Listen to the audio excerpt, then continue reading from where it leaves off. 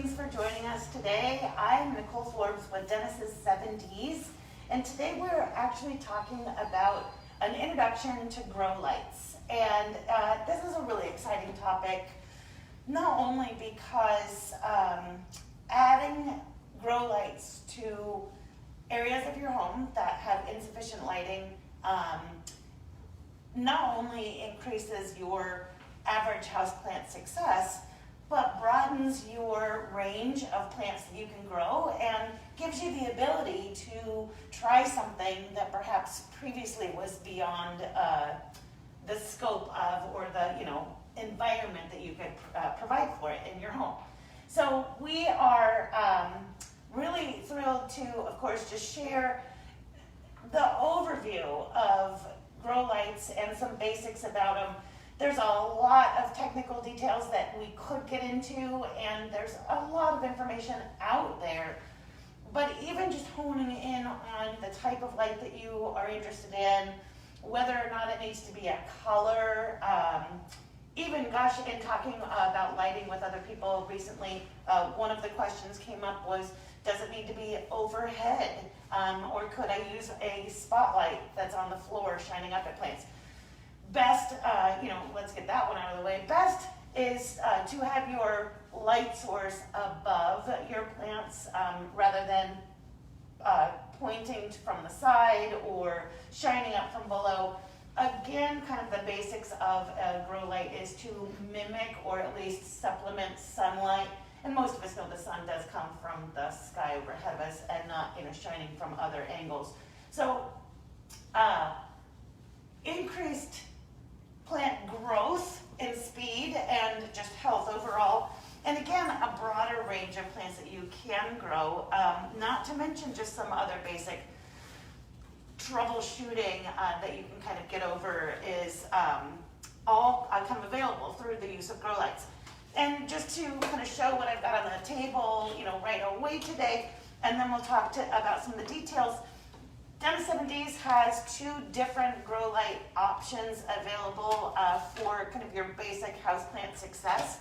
And those include a bulb that is an LED bulb that can screw into any average home light fixture.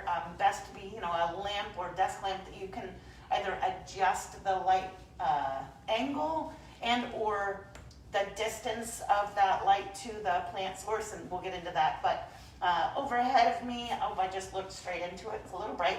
Overhead of me on this lamp here, you see that the light color coming out of this bulb is slightly different than the other two light fixtures. This is the Miracle LED light plugged into this overhead bulb, so overhead fixture. So not only are we going to talk about the types of lights that you could just add to your average home lighting fixtures, and again, desk lamps, dorm room lamps, those kinds of things, but we also have a higher end, more luxury style grow light that really is going to look perfect in any home or office, or a little bit more of a professional look and feel. And that's this light here. Now, I have not taken the time. I wanted this light close up, so I have not taken the time to install it hanging onto the ceiling, but we've got it kind of rigged on this temporary stand. So the stand has nothing to do with the actual light. The light is this beautiful piece here, which is warm but not hot, and it's been running for a while. It's also an LED. It's the Aspect pendant light from Soltech Solutions. So nice long cord on this one that, again, I just have rigged up on this hanging stand right now, but the cord is about 15 feet long. There is, towards the plug end, a heat sink that's maybe about 6 inches long by 2 inches wide. So that is kind of a electrical piece that should sit near your outlet, and so it's kind of on the shorter end of the plug. And then this Aspect light comes with a timer, hanging hardware, and then a really nice kind of basic startup guide too.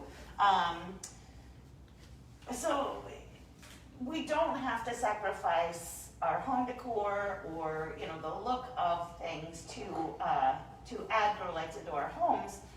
I mean, part of the whole idea of having houseplants in our homes is to beautify the feelings, you know, or the environment. So of course we would want the lighting that we have to enhance those same qualities. Now, when we talk about these two different lights, it helps to illustrate some of the basic concepts that I feel are some of the most important things to consider when adding grow lights into your home. I mean, the first thing is, as I mentioned, our plants, our indoor plants, we want to be somewhat distributed throughout the house, not all only clustered into the, you know, south-facing window that's providing them with the best light. I mean, some of us may have that grouping of plants in the south window, but that doesn't mean that we don't already, you know, or also want to have plants in various other areas of the house, including corner spaces. So this is where often I hear some of the most challenging growing environments, that corners of living rooms, maybe opposite of a nice bay of windows, a corner like that just begs for a plant. I mean, plants reflect light for us and kind of balance almost the feeling of a window. So a window, if nothing else, gives you the opportunity to see greenery outside and through the window, but that opposite corner of the room really ends up having kind of a dead, dark feeling to it until perhaps we add something with the vibrancy and color and, you know, just feeling of an indoor plant. Now, corners are very challenging because of the indirect light source that comes from corner, just, you know, the angles far from a window in most cases, unless it's a corner window. So we want to consider that not only putting a plant in that space, but adding a supplemental light source is going to give us a lighter corner, which is part of the goal in that whole kind of decor exercise, as well as it's going to then make that plant more successful for us. The elephant in the room here, also known as our lovely little Fiddleleaf fig, kind of looks like elephant ears. I can see the fiddle in it too. So the little lovely Fiddleleaf fig that's sitting under this pendant light right now is one of the best examples of a plant that so many people struggle with, and part of that struggle involves low light conditions. The most successful growers of Fiddleleaf figs have the brightest, most luxurious lighting available in their homes, whether that be natural lighting or additional or supplemental lighting. Now, Fiddleleaf figs don't want direct shining sun on their leaves. They can sunburn.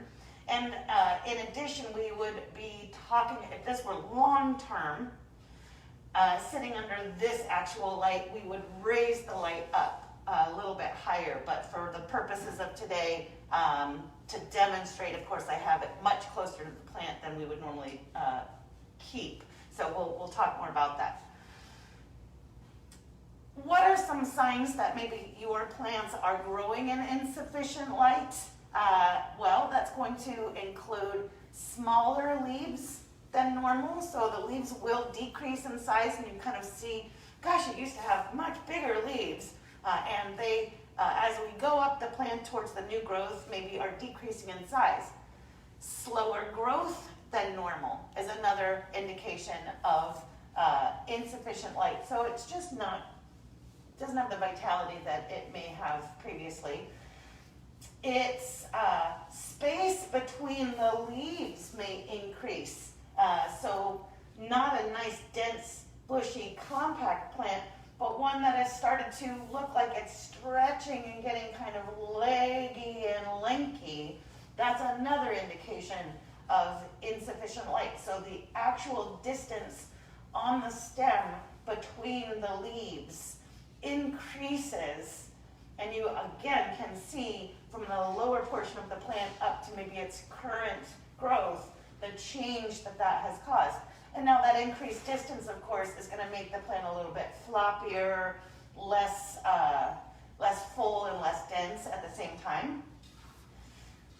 That same floppy or elongated growth may also twist and turn and bend towards the light source. So its leaves are all doing their very best to maximize their angle and get as close to that light as they can. And of course, that's creating an unbalanced look on our plants, which we're always trying to correct with rotation on a regular basis. However, that in the long term can also be just an indication that you don't have enough light where the plant is.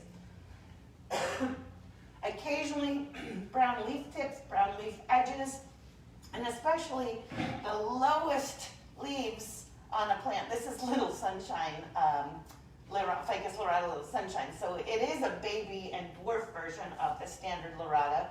It does have smaller leaves in general, and it's a young plant, so we can't quite evaluate leaf size on this one since it's got quite a variety of leaf sizes as it is. But if lower leaves on the plant begin to die, that is another indication that perhaps the lighting, the overhead leaves, and the above foliage is casting too much shadow on the lower growth, and so the lower growth is not able to sustain itself. So enhancing the lighting either width so that you get better coverage on the plant instead of just that single direct overhead shine can help with that as well. So, the last is colorful plants. Now, if you are a succulent lover, if you are a flowering plant grower, so zygocactus, African violets, anthuriums that you want to bloom, bromeliads you want to bloom, orchids, of course, orchids. All of the flowering plants are going to improve vigor and their chances again of flowering with brighter light scenarios. But even just in the succulent world, many of us, can't help ourselves when we get over to the succulent section and pick up the cutest little colorful, usually, so green but other than green selections of succulents. And here I have in my hands just a really broad selection from echeverias to crassulas to show blue, gray color, kind of a tawny, brownish, jade green color here. The pancake or flapjack plant has these lovely red edges and then green towards the center. And the crassula here has tiny bits of variegation that are starting to show up on the tips of the plant. Rather than being solid green, it's got some kind of white striping through it. Now, all those bright colors really come out under bright light. And you may find that taking a bright colored, even, something bluish, other than green, you take these plants home and put them in medium to, lower light, they may struggle to survive, and you can, water sparingly and limp them along, but what you'll notice is that they will lose color and fade to really just a green or a greener than they used to be color. So another great advantage of adding light is having brighter colored foliage, but again, also indications of decreased light scenario would be that loss of color. And then lastly is variegated in general. As I mentioned, variegated, the little white and green kind of stripes on the crassula. This Pothos Snow Queen also shows its own type of variegation. We see everything from a half-half to kind of a splish-splash, but we also see part of this pothos has done what's called reverting to green. So this arm has no variegation, no splish-splash or half-half, no nothing. It's just all green. So this is another indication. Now this reversion can happen for different reasons as well. But if a variegated plant suddenly starts to produce mostly green leaves, that is another indication that the light has either decreased or you've moved it to an area of insufficient light. And by adding back light, that variegation can become more intense. Again, very fun to see changes in our plants and observe those things and know what they mean so that we can have an effect on them at the same time. I think it's, without adding light, all you've got to do with your plants is pretty much water them, right? So I have said before, we cannot be the sun to our plants, and the sun is really all they care about. I mean, it is literally the light of their life.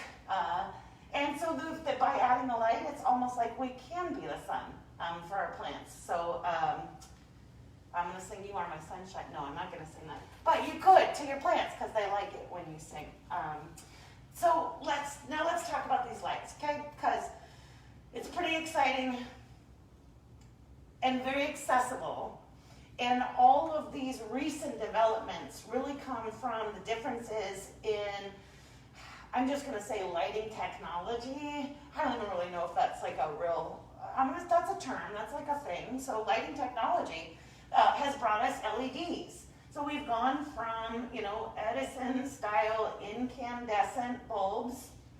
Great invention. Gosh, any of us that have been without power, I'm not knocking any source of light.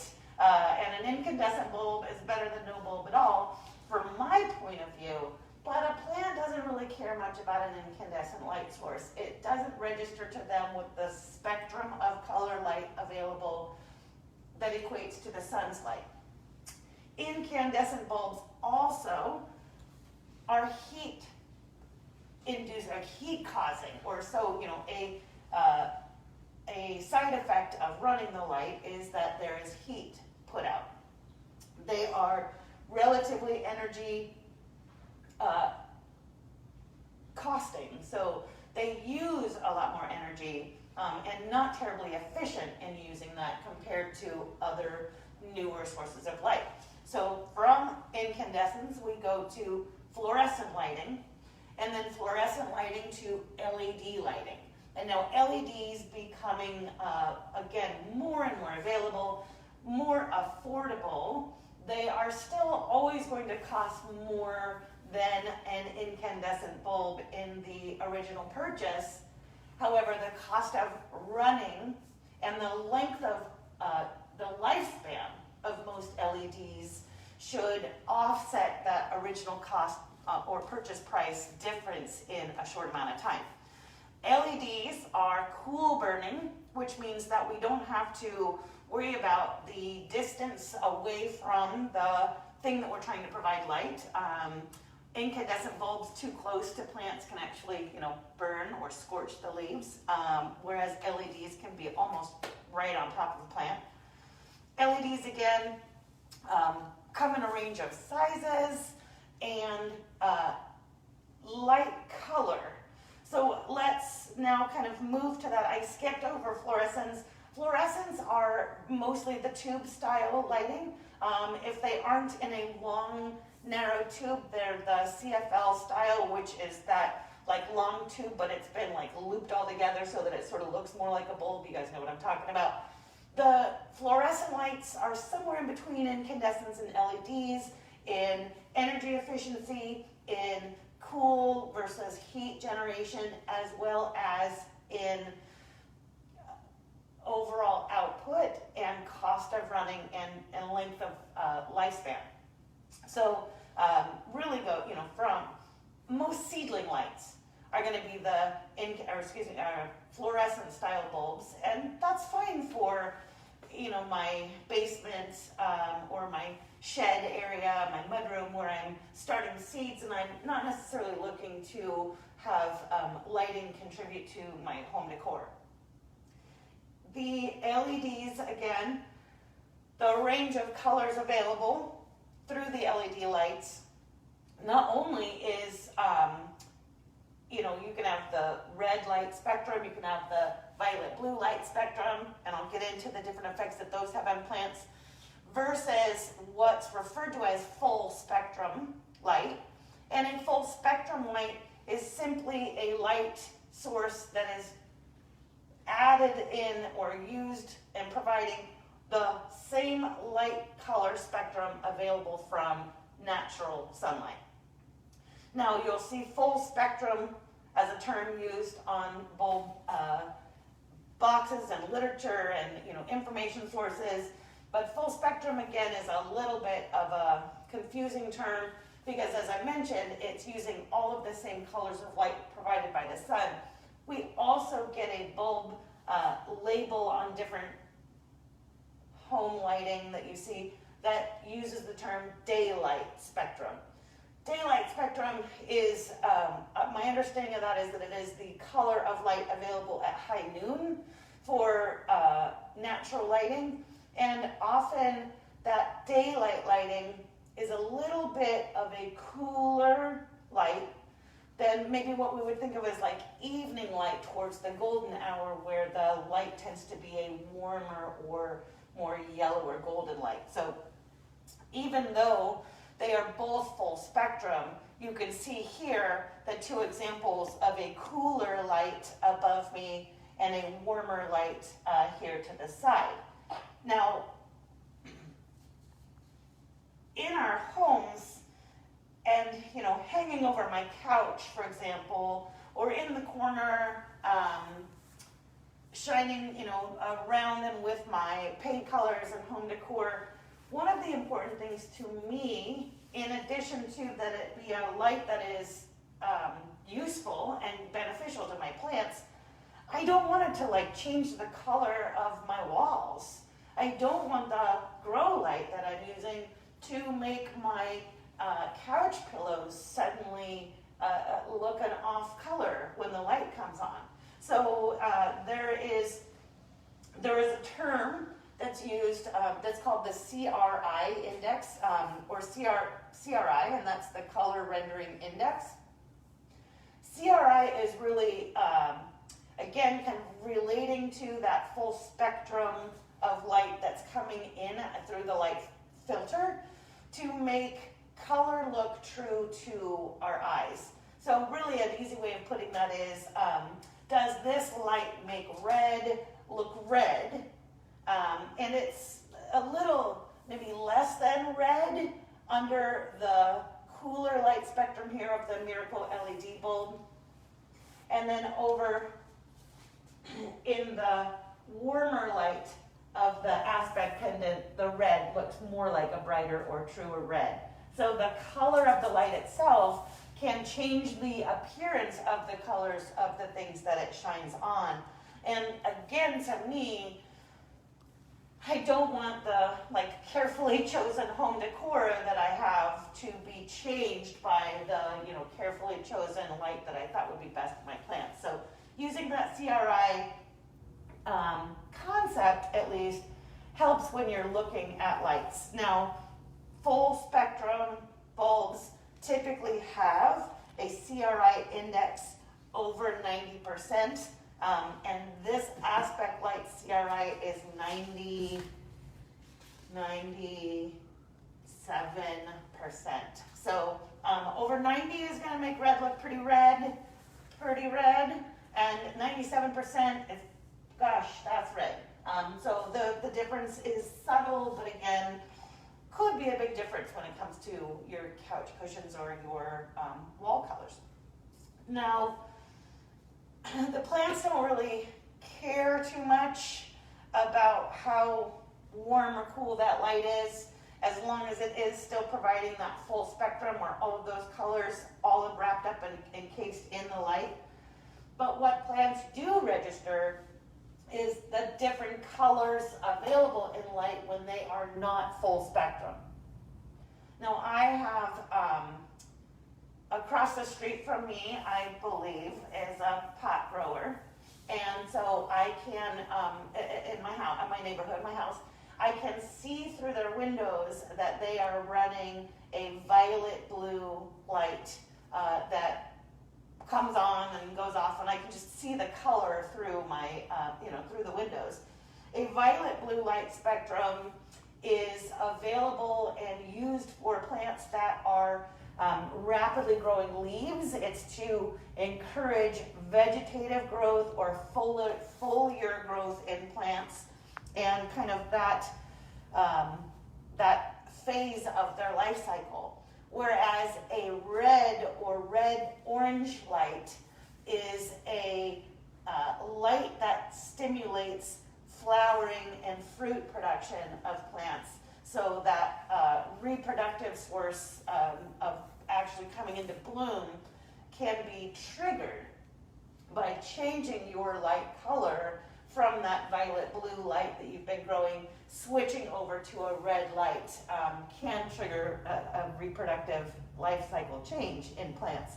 However, most of us are growing assorted tropical indoor plants, or assorted tropical plants indoors, and really most of them are for foliage in general. So if anything, it's exciting to see a flower occur on an aroid or peace lilies. We want them to flower, but occasionally having flowers come out on our tropicals is fun, but not necessarily the point. So having that full spectrum light not only again keeps our home feeling more natural in the light color that we're used to, but isn't necessarily emphasizing a vegetative life cycle versus a reproductive life cycle in our plants, and just gives them that all-purpose growing that they like. If I didn't say, the information to all of this that I'm talking about is kind of a handout style attached to this video, so you can read all of these wonderful terms again and again. Now, when we talk still about color and quality of these lights, the term that you'll see on packages, on your Google research that you're doing, or that I will at least talk about to describe these two different lights, is a term called kelvins. And kelvins are used to measure the warmth or coolness of the light. So the Kelvin scale is basically the higher the number, the cooler the light appears, and then the lower the number, the warmer the light appears. So we have a 3000 Kelvin is this yellowish glow, or this nice kind of golden light.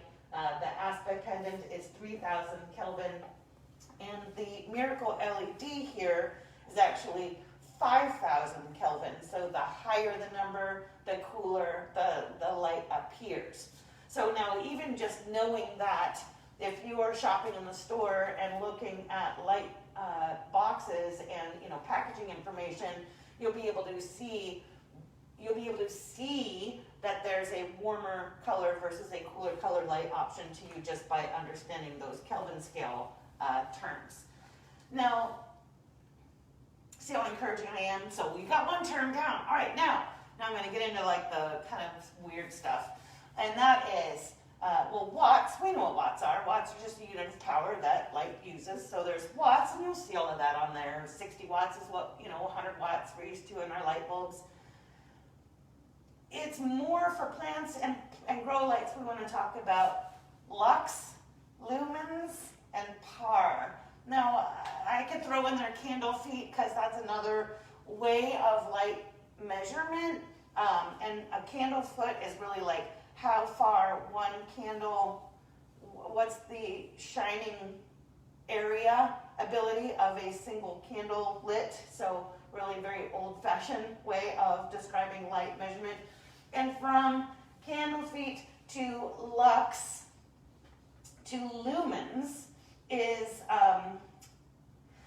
lux is an area, basically, measurement of a lumen. And lumen is the direct measurement of light output that's visible to human eyes. So, photographers are looking more at light quality, doing a light study. They would be checking lumens, because lumens are for humans. But PAR is actually the photosynthetic active radiation measurement. And you heard photosynthetic in there, so you know that has something to do with plants. So par is for plants, where lumens are for humans, and I got that off of the internet, so credit to whoever made that catchy little rhyme up once long ago. The measurement of par is in relation to lumens, and you won't often see par described on brochures or packaging. It's going to be more about lumens. The effect of distance can also affect par. So the further away from a plant the light source is, the brightness will decrease to the plant, even though that light is, as bright as it says it is. Further away, it's going to be diffused and give you less light than it would be if it were closer to the plant.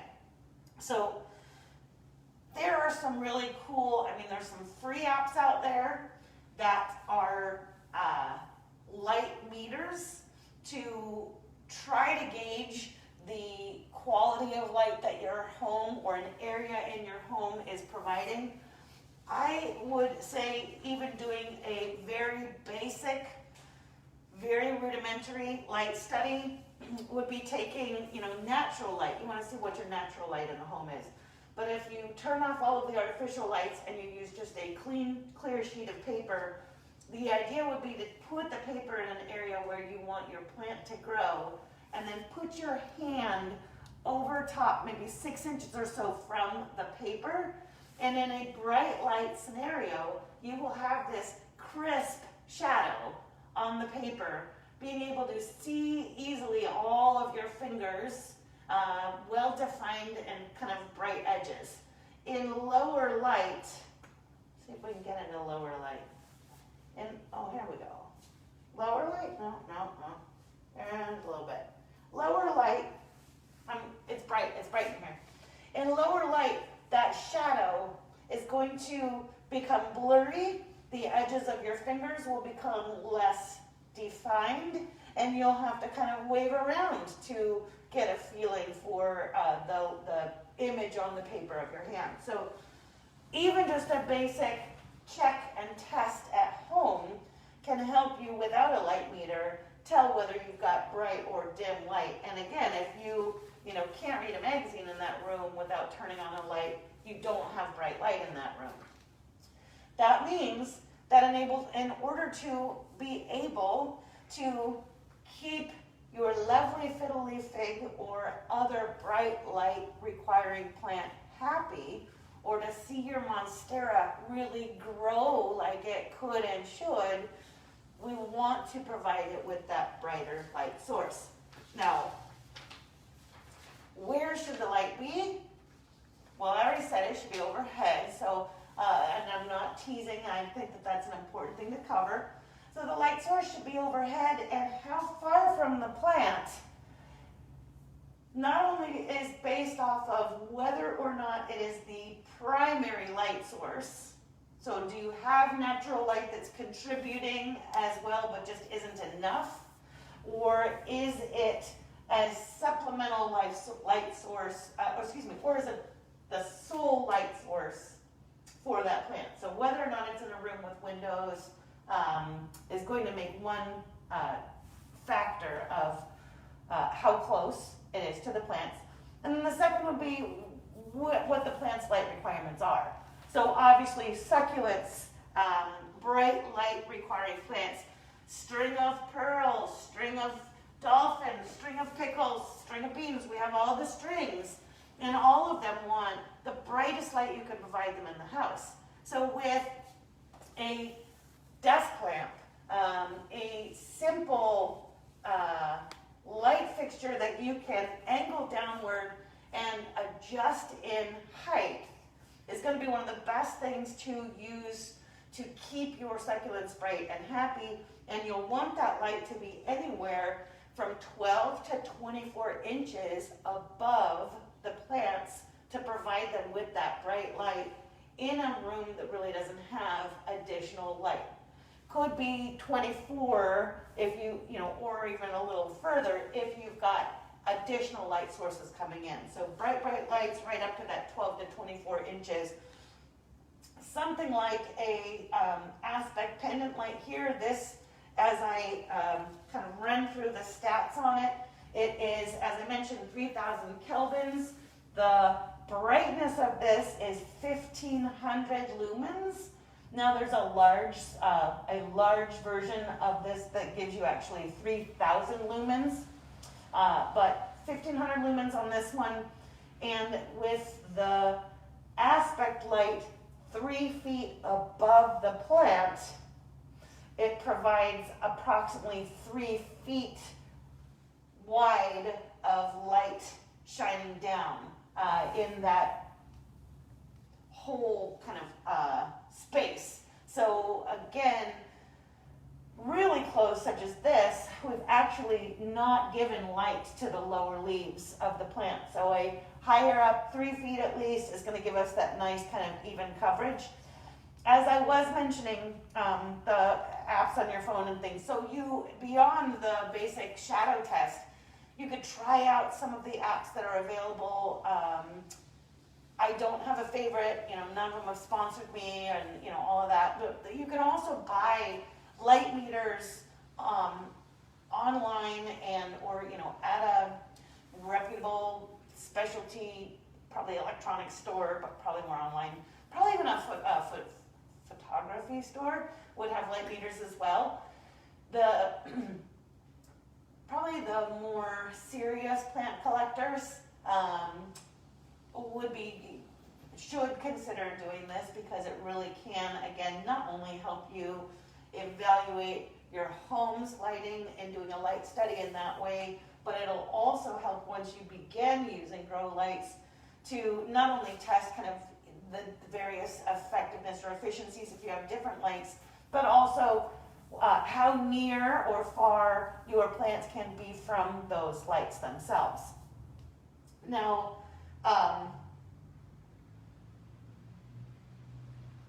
how long the light lasts, again, and how long you leave it on really varies from product to product on what their lifespan is. There's a 5-year warranty on the aspect pendant. The Miracle LED has estimated lifespan of 20,000 hours. This one here, 90,000 hours. So hours of running. It's gonna last you an awfully long time. And it's best that we run grow lights on timers. So again, this pendant light comes with a great timer that just plugs into the wall. Some timers, you guys, are like digital. You can have the light come on at different times of the day to trick prowlers into thinking that you're home when you're on vacation and stuff. They're very complicated to set up and program. This is a very simple timer to set up and program, and I highly recommend just go for a simple timer on your grow lights. You don't need to change it up every day and make it come on at different times. Really, plants like consistency. Typically the sun comes up at a predictable time for a plant, goes down at a predictable time for a plant, does some seasonal adjustments, but in general, 12 to 16 hours is the ideal time to run a grow light at home.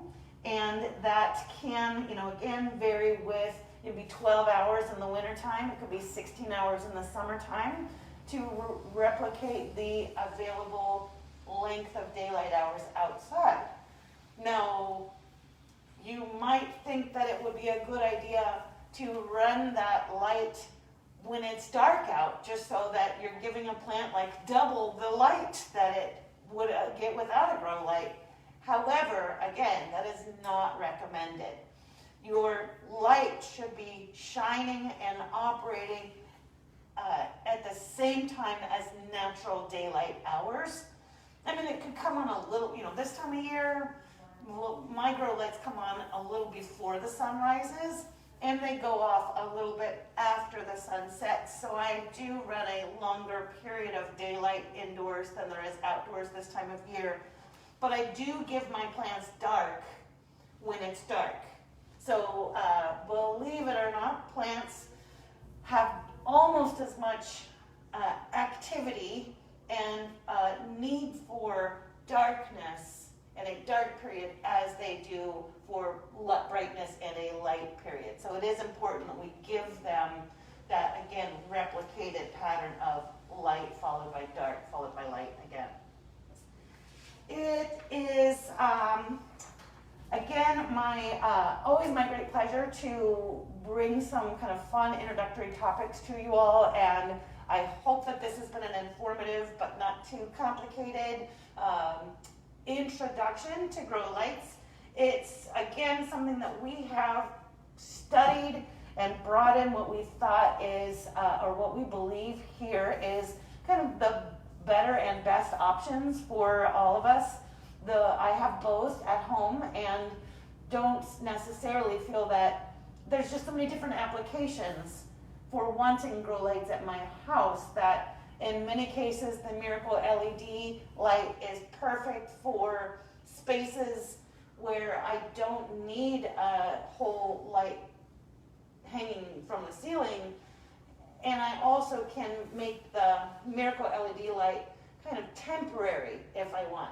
So in a lamp, I can move it even from plant to plant. I've got a plant that's struggling, it's going to get a light as just a little, cheerleading to try to help it recover. So there's the portability and versatility of the bulb source versus, again, the kind of more luxury and higher output, higher end model of the aspect pendant. Now this, again, also just for props to this company, the entire unit is assembled and built, in the USA? Built, designed, assembled, and built in America. So, and with a 5-year warranty. So that's pretty exciting on itself. Full grow spectrum, silent fanless design, ultra efficient LED, easy to install, 15-year lifespan. Really, again, come and talk to us. Come see these lights in operation at our garden centers. And almost every one of the employees has experience in using one or more of them at home, so do ask about our success stories as well. And as usual, thanks so much for watching, everyone. Happy gardening.